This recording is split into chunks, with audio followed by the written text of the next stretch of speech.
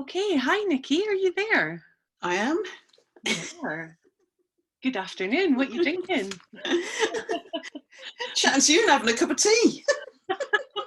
That's the best way. Here's the tea here. Best way. So hello everyone, we can't read the comments all the time, but tell us who you are, where you are and what you're drinking and we will get back to you. Hopefully you saw our slide and perhaps there is a delay, and as always I'm just going to check that we are actually live on Facebook before we begin to blether. It seems we are. Portobello Photography School is live now. Great. Amazing. Oh, Rachel, Collie, hello. Hello, and thank you for the daylight lights for ECA. Rhonda Peebles, I'm in Stirling, Scotland. It's rainy, drinking tea. Michelle Alice Brown, your neighbour, hello. Musselburgh with a cup of tea. Hello, Nikki. Oh, Andrew, oh, goodness. Lots of people. Inverness, Matt Sillers, Kat Gollock. Hello, Kat. Oh, hello. Hello, David Buchanan. Right, we will say hello to Mona. John Davy, right over the road with a cup of tea. Hello, Janet.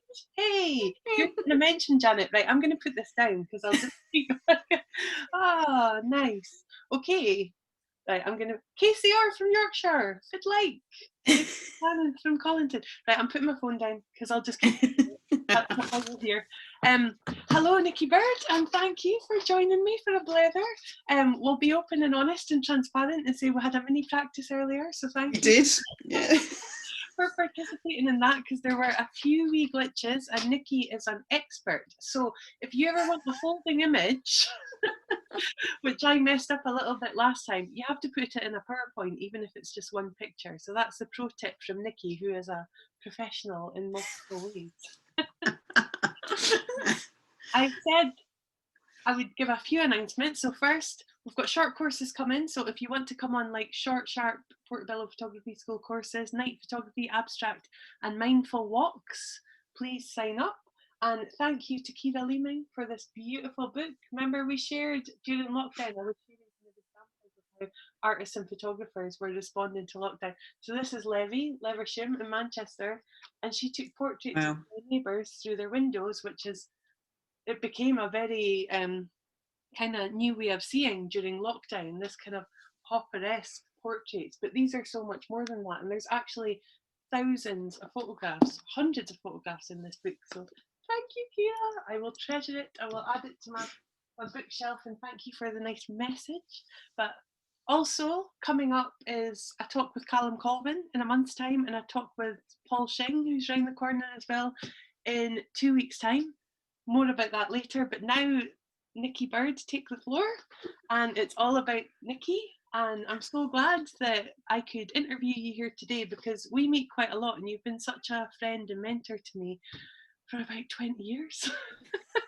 18 years I think since I met you when you were a resident at Stills and I was a student and interning at the door, but I was also working up the road and beyond. I remember that, yeah. And then I remember you and Graham used to come in and you were always so supportive and lovely. And then I got a job at the fruit market as well. And you were like, you're always behind a counter. But you're not now. Yeah, I'm kind of am, but yeah. My own wee shop out the back. Yeah, but there's nothing wrong with that. You know, it's nice, you know, when we all start out, we all do work in kind of different jobs, and you know, I quite enjoyed working in retail and meeting amazing people like yourself do that, and all the other resident artists like Chris Duke, hello, Zoe Walker, hello, people that I still see now. Who else was a resident then? There was Sam Miller. Sam, yeah. And there was also, yeah, there was a fair few of us. Just trying to, yes, there was Catherine. Yeah. Oh, nice memory. Yeah. And lovely, lovely people. And this is all part of the fabric of becoming an artist and meeting people like you who actually believe in what we're doing, and that gives you a little bit of strength to actually keep doing it sometimes. Not always easy. But I was just going to start with questions. If that's okay. Go for it. Yeah, let's go. So, Nicky Bird, what does community mean to you? Well, yes, this is a great first question, and I do feel I'm picking up the Blether baton from David Williams and yourself for your first one the other week, where he mentioned community both in terms of the geographical location, and also he brought in that kind of a emotional thing of belonging. And I think I would like to add to that 2 words, which is of interest. So it's a community of interest. So that's what it means to me as a term, is that you might be from different backgrounds, all kinds of different walks of life, but if you share an interest, that you come together in that way. So it doesn't have to be sort of fixed. It can be quite fluid. There are times that you come together, and there are times that you move away, and then you come back together again. So I do like that expression, and that came about. Actually, it's from Graham, my husband, when he was doing an interview where we were all involved in a community archaeology project in Preston Grange.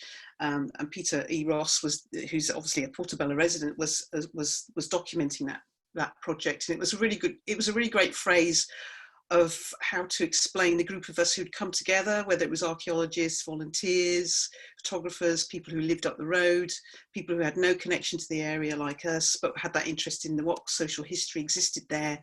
So I think that's what it means to me, is how it enables us to come together for different reasons and different purposes. As I said, could be for a short time, could be for a long enduring time, and so forth. So that's what it means to me. That's amazing. And you're just up the road there in Musselburgh, but I always think of you as Porty as well, you know, and Glasgow, because we've got, the way we work is so fluid. But we definitely feel like you're part of our community and your own, and the whole sort of coast of East Lothian in a lot of ways, and the work that you have.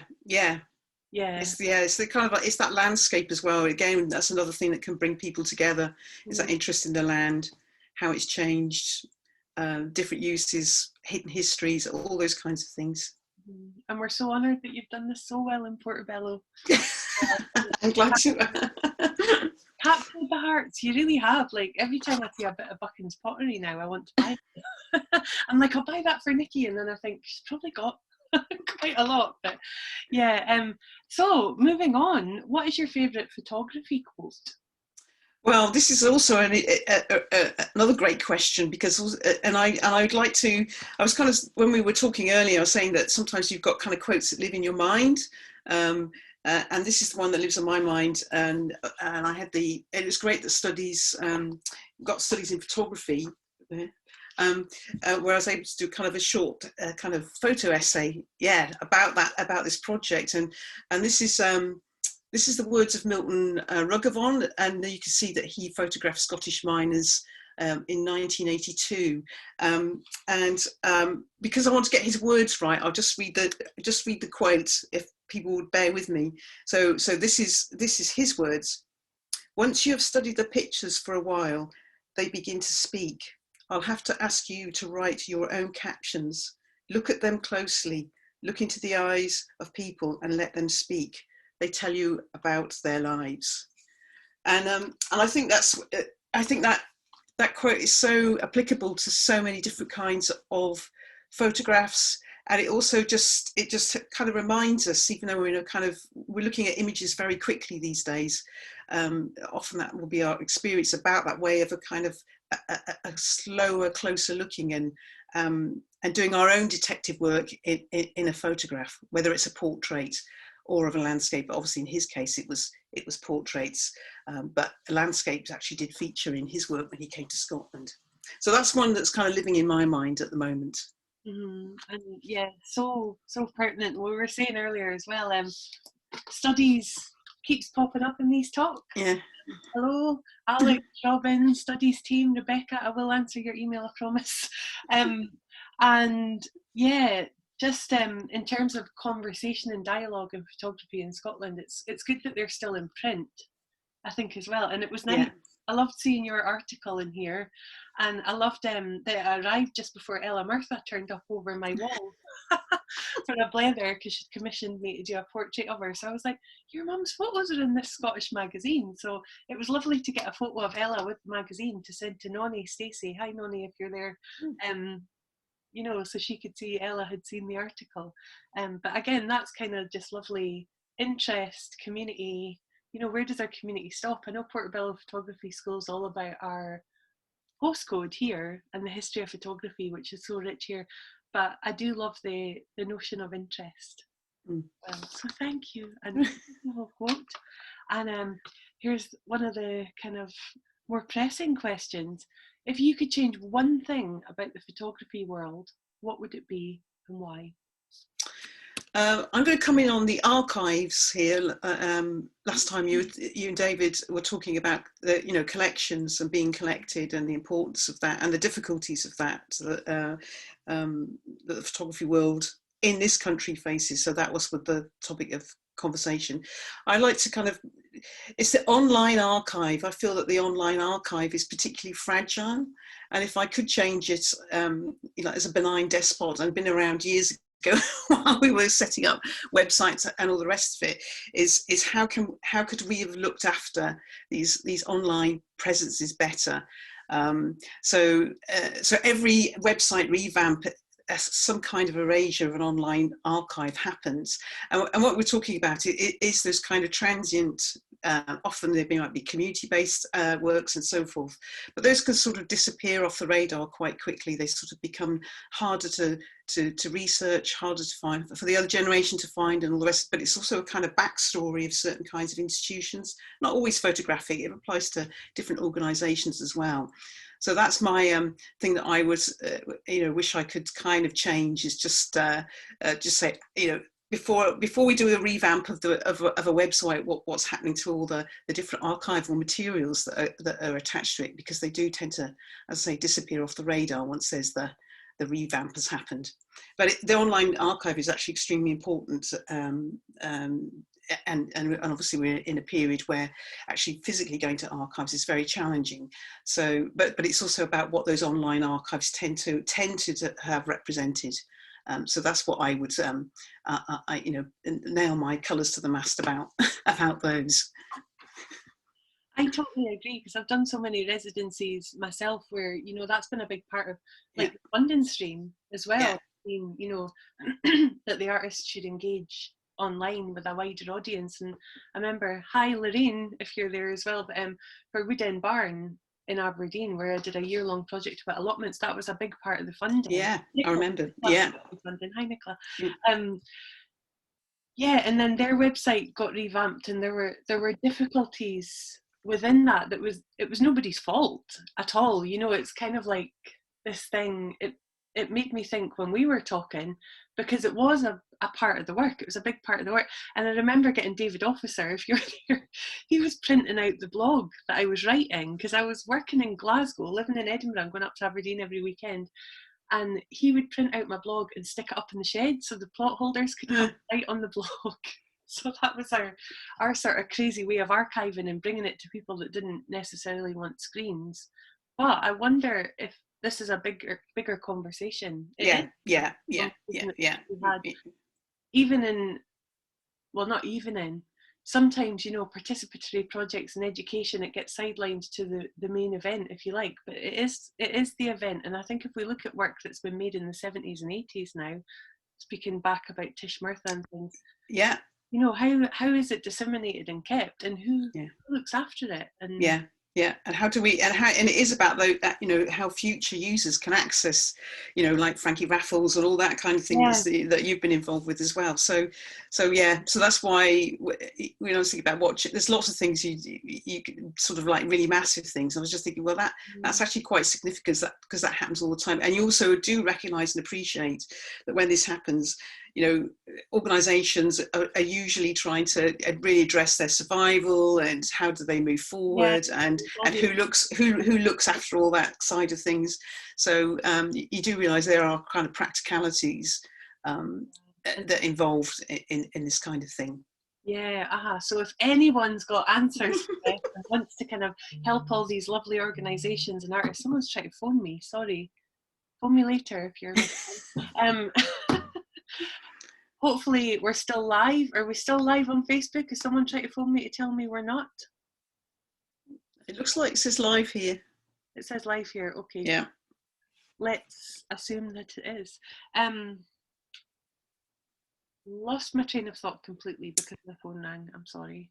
I suppose so we were talking about what we changed, and it's probably now, but yeah. So I think it's kind of good opportunity when we kind of go on to the next phase of the importance of the website for me personally, because we'll talk through some of the questions through looking at through my website, which is my archive. Yeah, and I guess it's that which photography does so well.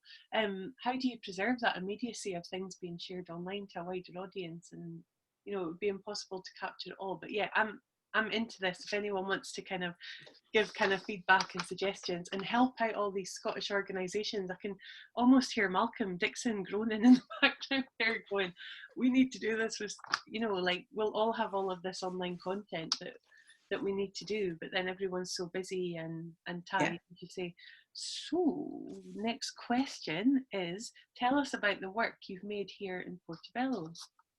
Okay, so I'll go to now attempt to share something. Oh, do you want to enable sharing? Yes. Now, I think if I make you the host.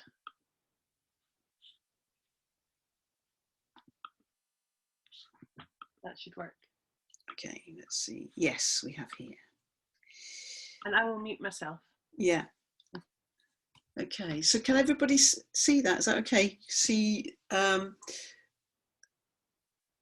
the finished article. I wanted to start off with, we're talking about, tell us about the work you've made here in Portobello. I wanted to start off with this, with Porty Lightbox. And this is a piece of work, a collaborative work with yourself, Alicia, and Sylvia and Caroline.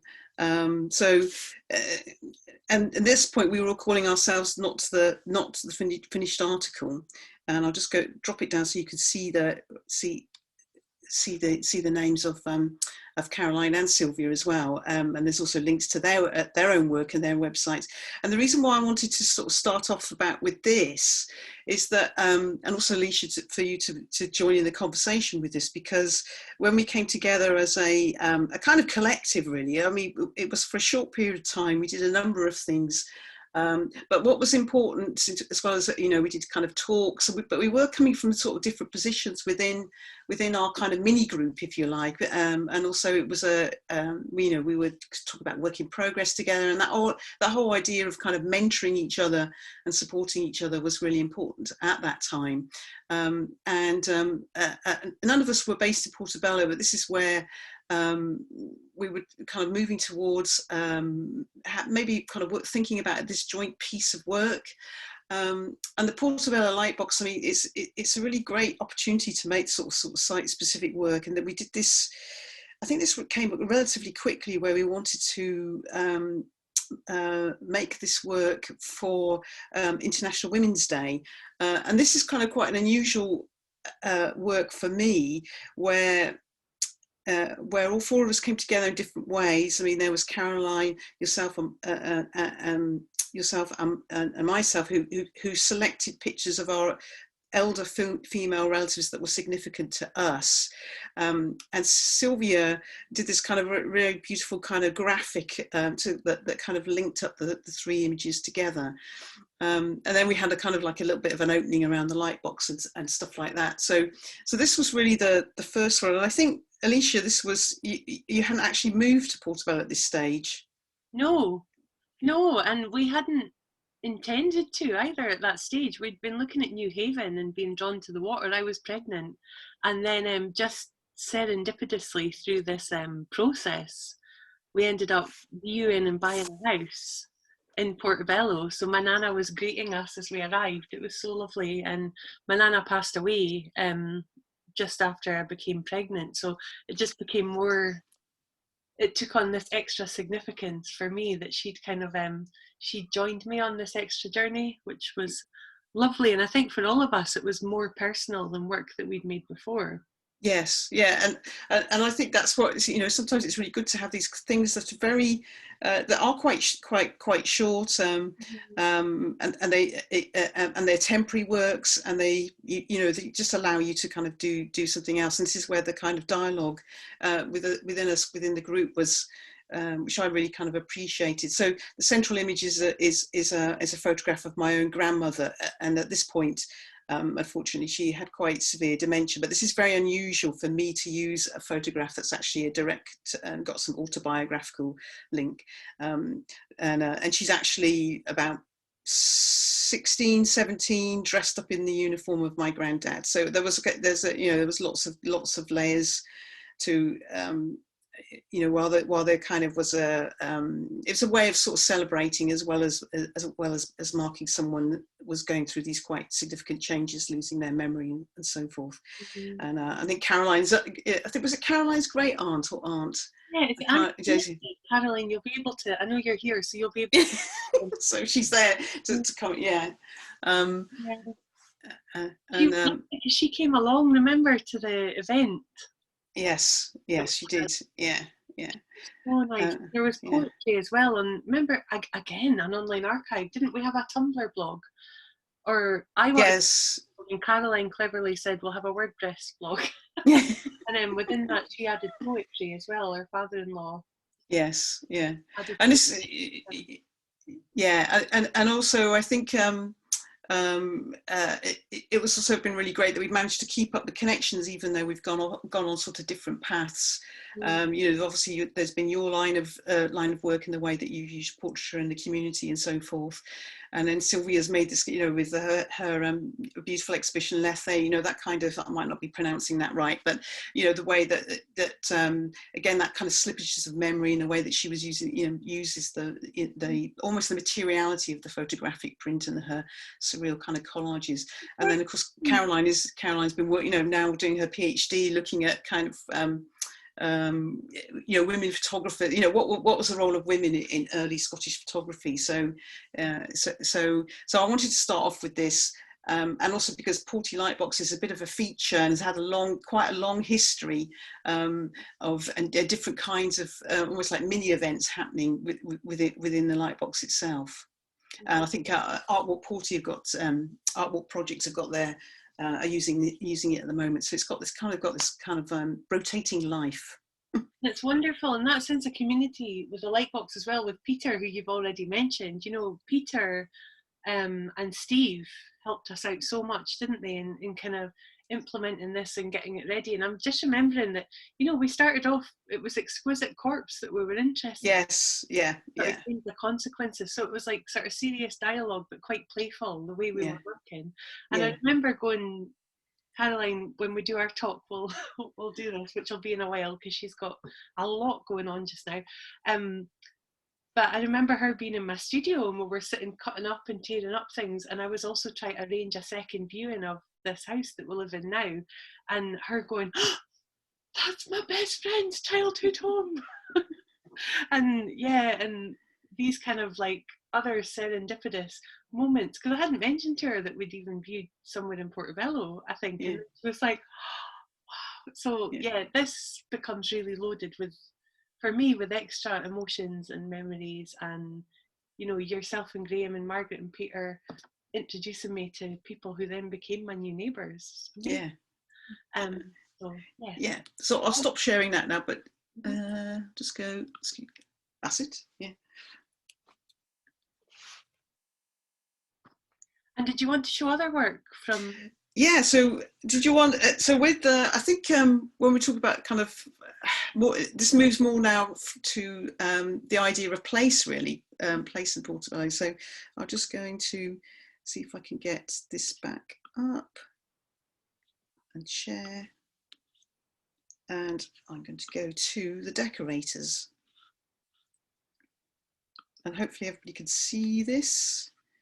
And what I want to do is to, so this is where, again, people like Rosie Nail have been really kind of quite crucial in terms of my own, own practice and this kind of opportunity to have the residency in the landmark project that that she had created, and this has probably got the strongest, you know, gone from one where the Portobello Lightbox allowed a kind of space for kind of personal materials, and now we're shifting to another part of Portobello where the two kilns are, which people will, from Portobello, will know very well, and one is been under restoration for some time.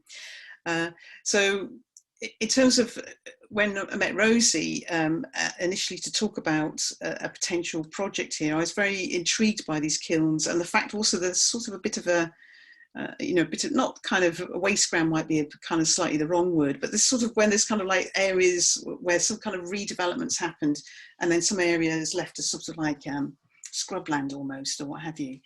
And then she put me in contact with Margaret Monroe. So again, this kind of Portobello community of where you've got art and heritage. And I met with both of them in a cafe in Portobello. And then Margaret started telling me about an interview she did kind of a couple of years ago with one of the former decorators. And this leads on to this picture here. And I'll just talk through this the sequence of images, and Alicia, you'll be appearing in certain ones because also you were there helping document and support various aspects of this residency. So with Buchan's pottery, the thistle pottery, is that for those people who don't know, the decorators of these pots, which would then be kind of sold, you know, around the world, were all women, and they were all a lot of them were very young women. And when I met Margaret, and then she put me in touch with Mary Fortuna, as you can see is the named photographer. She might not, she was a decorator, she wouldn't necessarily call herself a photographer.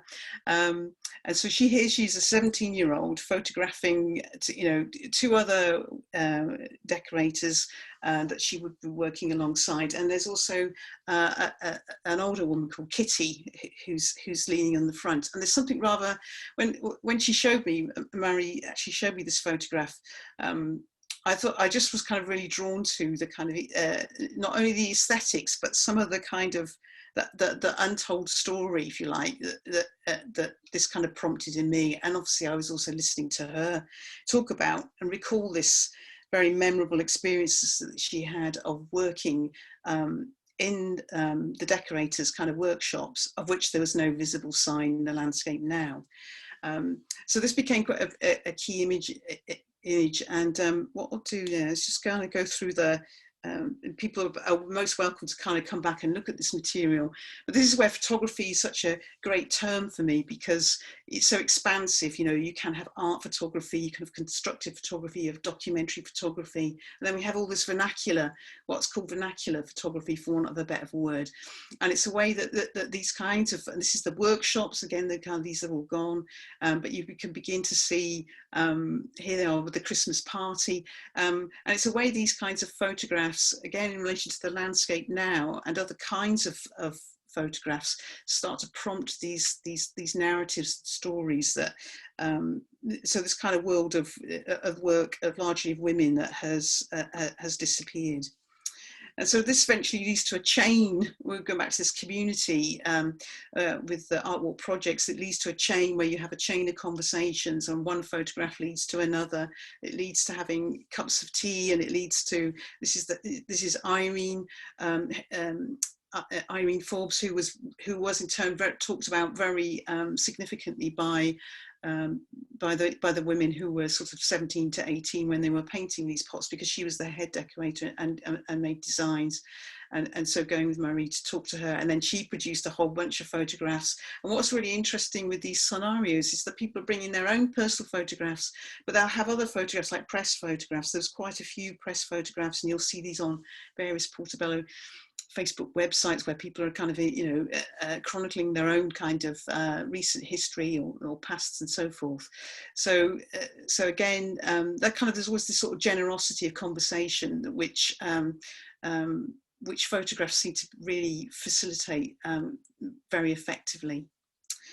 So this is the space, and you can see that Art Walk projects have got their poster at that time, and the current the space has now been kind of, I think it's in the process of being leased, so we can't cover up their windows and doors anymore. But you can see one of the kilns in the background for those of you that haven't been there. So walking around these sites with people who have had kind of quite a deep history, personal history, working history, bringing their photographs became really important part of the process. And then it was talking to Rosie about how we might do certain kinds of events. And I was obviously thinking, what was the role of photography, like past and present, in relation to this site. And here we are, and you can see that there's Alicia there. And so it's been really great when again your kind of photographic friends come along, and because not only they there and participate and make photographs, and but also you have this other dialogue, again this kind of mentoring feedback dialogue, which is so important in these situations. So this is with one of the artist walks talks that we did on the location. So this is again kind of thing where I'm holding up a kind of iPad here, and this is another one of Mary's newspaper cuttings, because there was a lot of interest in the potteries. So there are these kind of articles in the archives. It's again going back to the archives because they're still physically there. You can go and have a look. Obviously not this year, but in this previous times. But again, this is about the importance of piecing together women's lives through photographs, but also through their journeys. So they were travelling to Portobello. Many of them were for quite a distance. So the bus journey and the walk and the having the cigarette and the bus and all the rest of it all became part of the story. So again, that was in the way the artist's walk was walking in the footsteps of Mary as a former decorator. And this is Alicia. This is your picture that you very kindly chronicled for me, which you're so good at.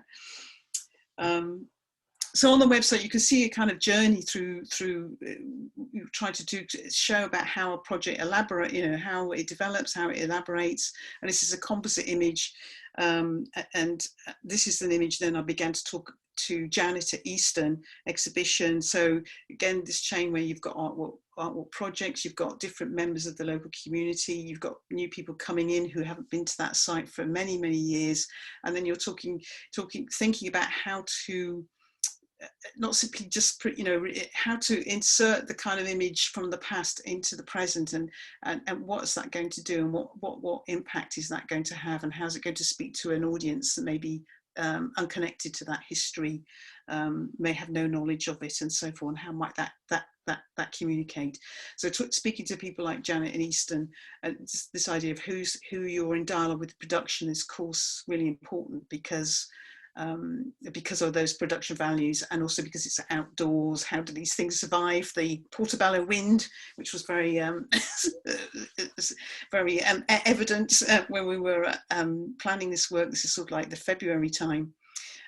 So there's this work where I kind of go away and spend some time going back to Milton's words, where you're spending a lot of time looking and actually thinking, letting the photograph do its work on you, and then thinking, okay, how do I do what sort of justice to this within the space, and speaking to these different communities of interest, whether it's heritage, personal history, photography, and so forth.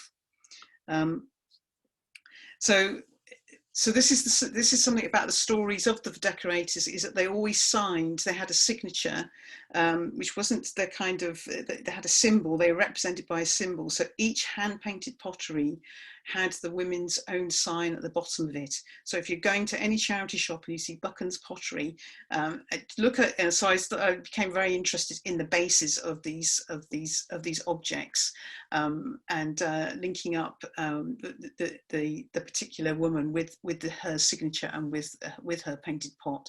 And so eventually I managed to have a very inspiring dialogue with 3 decorators in total, who had different kinds of angles of the story. There were times when they kind of crossed over, And now we're moving towards more a way that Rosie came in, and we were looking at the kind of memorabilia and artifacts that were kind of a part of the research, thinking about what's the identity to the project. And so Rosie did a lot of this kind of in-design work, which kind of worked in the spirit of the project, and almost that kind of way that she became quite an important collaborator in a sense, bringing these other skills.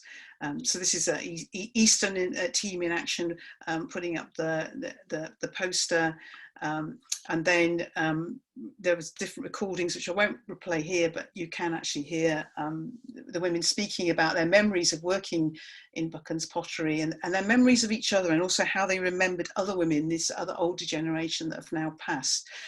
So we had sort of three speakers, which Alison and Rosie very ably managed through a couple of weekends, where, so again, a few people go into the kilns, and then you would hear the voices of the women speaking about their experience, what they remembered, how they got there, different friendships they struck, and also that very deep memory where Irene, one of them, says that I could still do this, painting these thistles in my sleep, because they did it so many of them. So these kind of vignettes that come through the voice, the sound, and how these are all triggered by a collection of photographs. So you're welcome to kind of go through and look through these, and this is where there are extracts of the kind of extracts, quotes from the different women that were interviewed, but also the names of other women that they in turn remembered and their signs. So it was a way of just trying to, again, the different ways that this is a kind of, and this is Rosie kind of putting this banner work together, and Print Vision producing this, but this way we could use the idea of the wraparound actually on site. So that there was the very large image, which we will see now being installed here, and in situ, and these were all kinds of if you like, parts of a kind of walking journey for groups of people, but also for people to kind of come across and discover, an outdoor photograph, the words of one of the decorators, and kind of do that own piecing together themselves, should they wish. We were very lucky looking back. This is the 29th of February, and we just used to think like 3 weeks later this would not have happened, but here we have the decorators' tea party. So this is this thing about where photography is this great social, it's a way that people socially interact and engage with it. Lots of talking, lots of reminiscences of people bringing their kind of pots in as well, and the decorators were there having tea and cake, and there was a rolling sort of slideshow. And this was, in terms of this residency, it was very evident here that there was a huge interest in the decorators, and a lot of material, and began to talk to Rosie about a part 2. And I'm really delighted, which she'll announce after she has completed the season of art walk projects that she's doing right now, that it looks like we have secured funding for the next stage in terms of making a booklet and bringing all these different photographs into paper form, but also more of a kind of archaeology of the site as well, and so forth. So that's really good news. So here we go. So again, people came who had other kind of family connections, whose grandfather worked as a kind of like somebody who carried the pots, and so there was this kind of great coming together. It was kind of, again, it's back to this word of community, where people here, we have people who do have a shared history, but then there were other people coming in with a shared set of interests because they were, because they had a collection of Buchan's pottery, on their shelf, and so therefore they were interested in discovering more about it, and particularly meeting the decorators.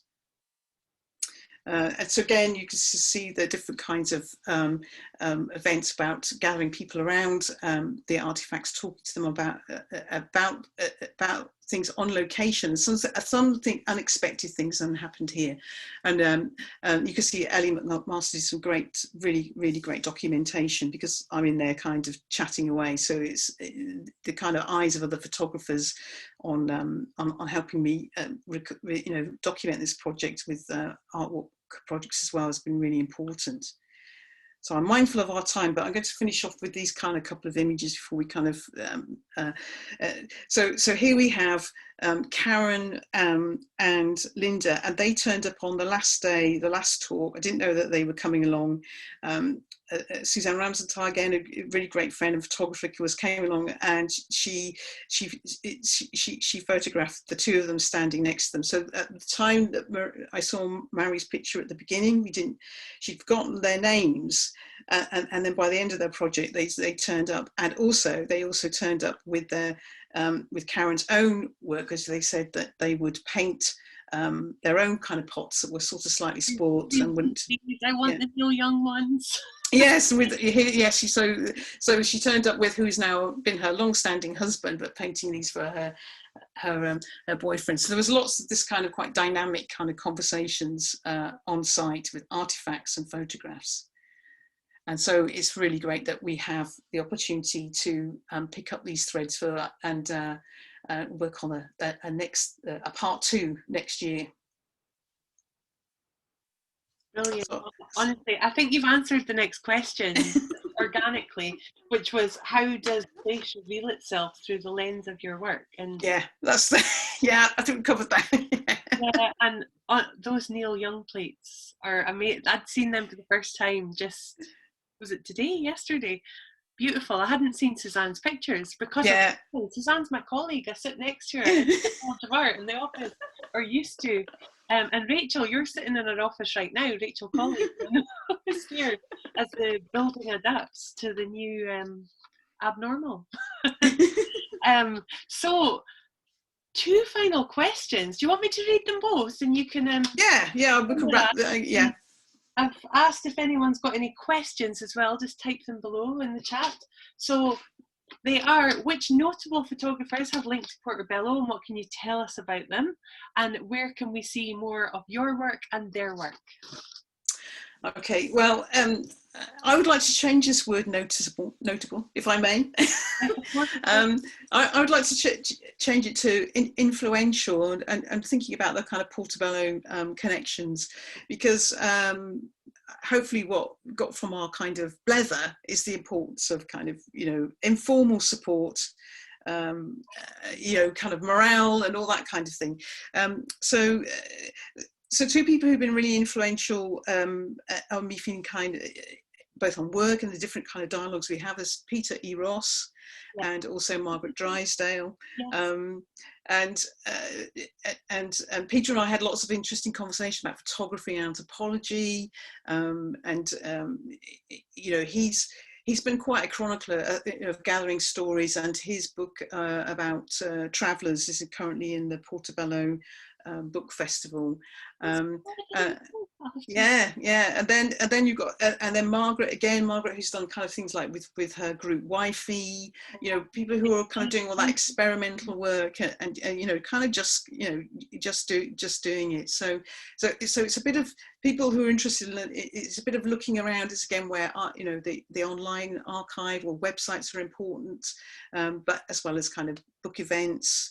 And so forth, and I would even say people like Mary, they might not call themselves a notable photographer, but very influential on me, which I've hopefully shown.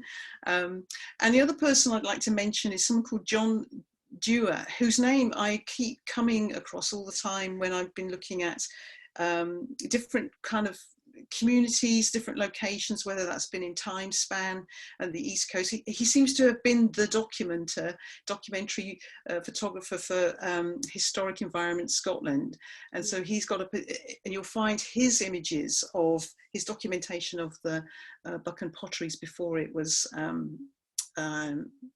kind of, I suppose, kind of demolished at some stage. There's a bit more to that story, but he seems to be the person. And I think you can see his images of that site taken 1972, probably standing on a diving board, which was said to one of the people who came on the walk, said, "Oh, he took that from that diving board from the swimming pool of Portobello."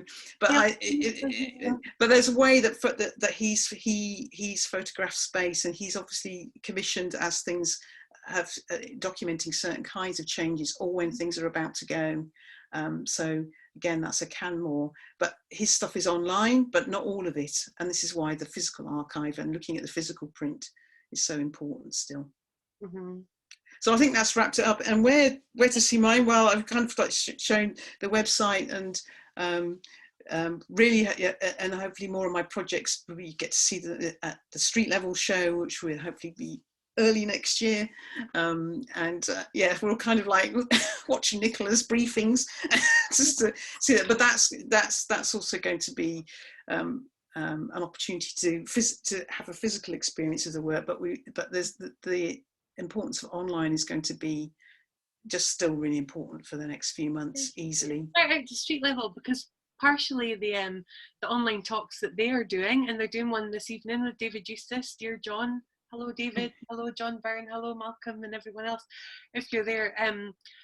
This is one of the things that I've really enjoyed during lockdown, were the in conversations that street level were having, and the fact for me as a parent in lockdown and trying to work, I could attend things without having to get on a train. So we're desperate to see the kind of in-person tangible stuff. Stills have got these lovely blueprints yes, that they sent out in lockdown, which were so valuable and so beautiful. And then the dialogue that street level were having in these artist talks, I thought they were fantastic. Side gallery and stills were also doing really interesting stuff. So yeah, thank you all for inspiring us.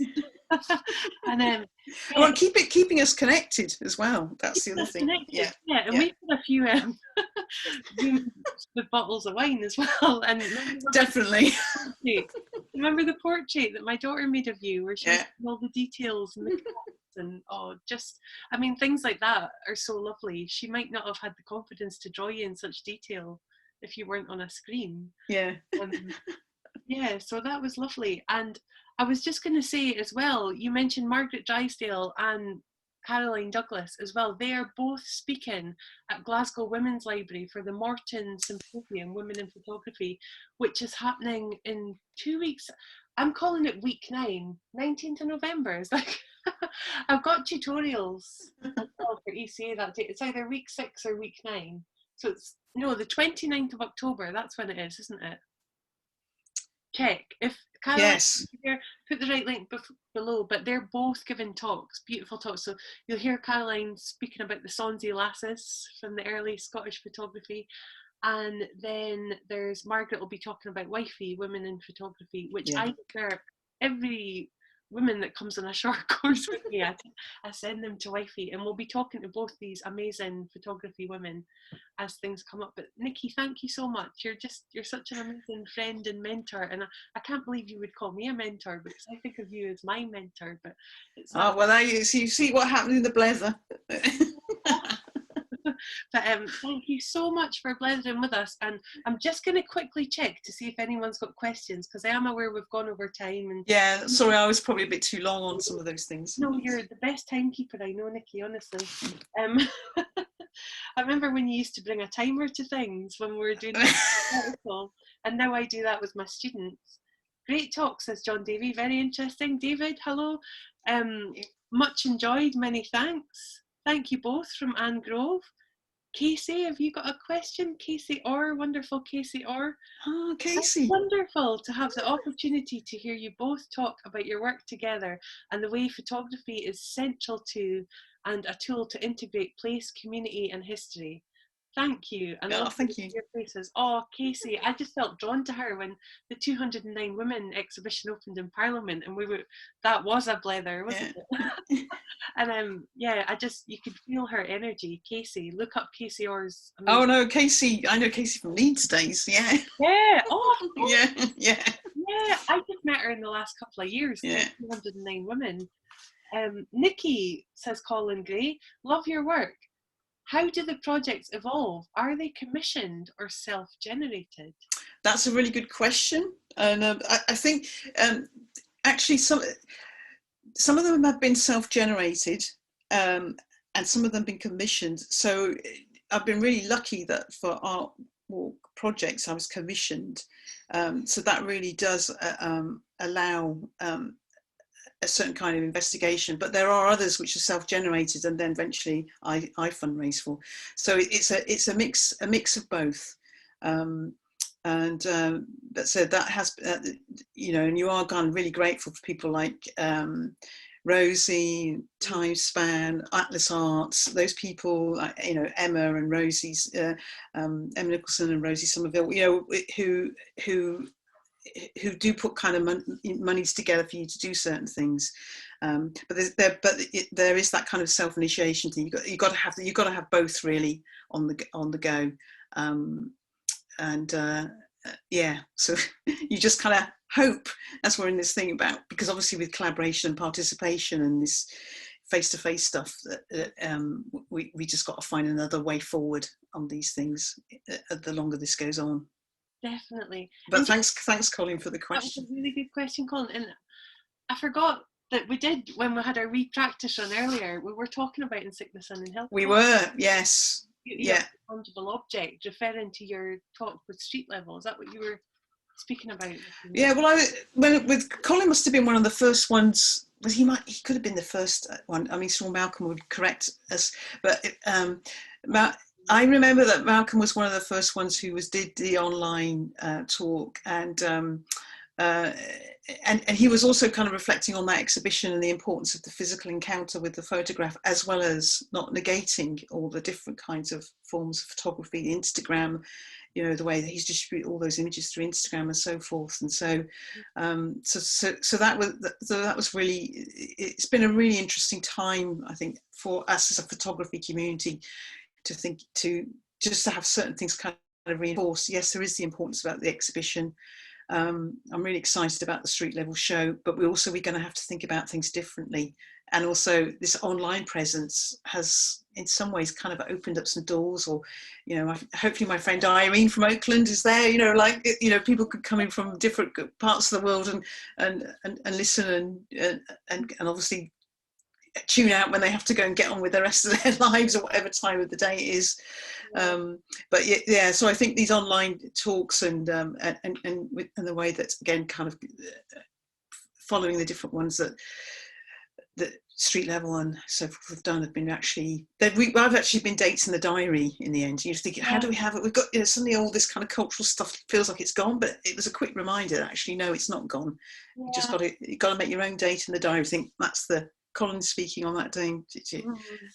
So that's why, yeah. Also, I think for people who have any kind of shyness and anxiety about going to events, I think it's opened it up so much for them, but also, you know, people with physical reasons for not being able to attend. Yeah. And it's just, for me, I think that's been such a plus point. And there was something on the you spoke about Colin Gray, and there was someone else that you mentioned, and I was going to say hi to them. I can't remember now, but this has been absolutely brilliant, Nicky. And we have these chats all the time. Oh yeah, that's what I was going to say. Thanks to the new word to me, situtary. I need a situtary in my garden, so people like you can come along and have a natter in the garden, because we can't meet inside at the moment. But this is as good as. Yeah. In some ways. Well, thank you very much for asking me. And yeah, and it's the only thing that is a bit sort of slightly kind of bereft and a bit strange is that you can't see your friendly faces in the audience, you know. So and there's so many. Irene's there. She's saying here from joining you from Barra. Oh, how cool! Thank you, Colin. You say that's so nice. Everyone's just saying thank you. Caroline says it's brilliant to hear more. Oh, I miss all meeting in my studio. Remember my wee studio with a turret? Or a kitchen. Remember when we used to all have pizza? Oh, Ileana, Callum, Kat. Thank you all. Thanks, Malcolm. Right, okay, I'm going to answer these. I don't need any questions, but we'll feel everyone. We do. Yeah. I'll speak to you soon, Nicky. Yeah, anyway, thank you very much, and I look forward to the next Blether baton, handing it over to somebody else. Blether is polishing in 2 weeks' time, and then we've got Callum Colvin in 4 weeks' time, and then I think next after that is Margaret Drysdale. We just need to pin down the date. Yeah. Thank you, Alicia. Bye, everybody. Bye.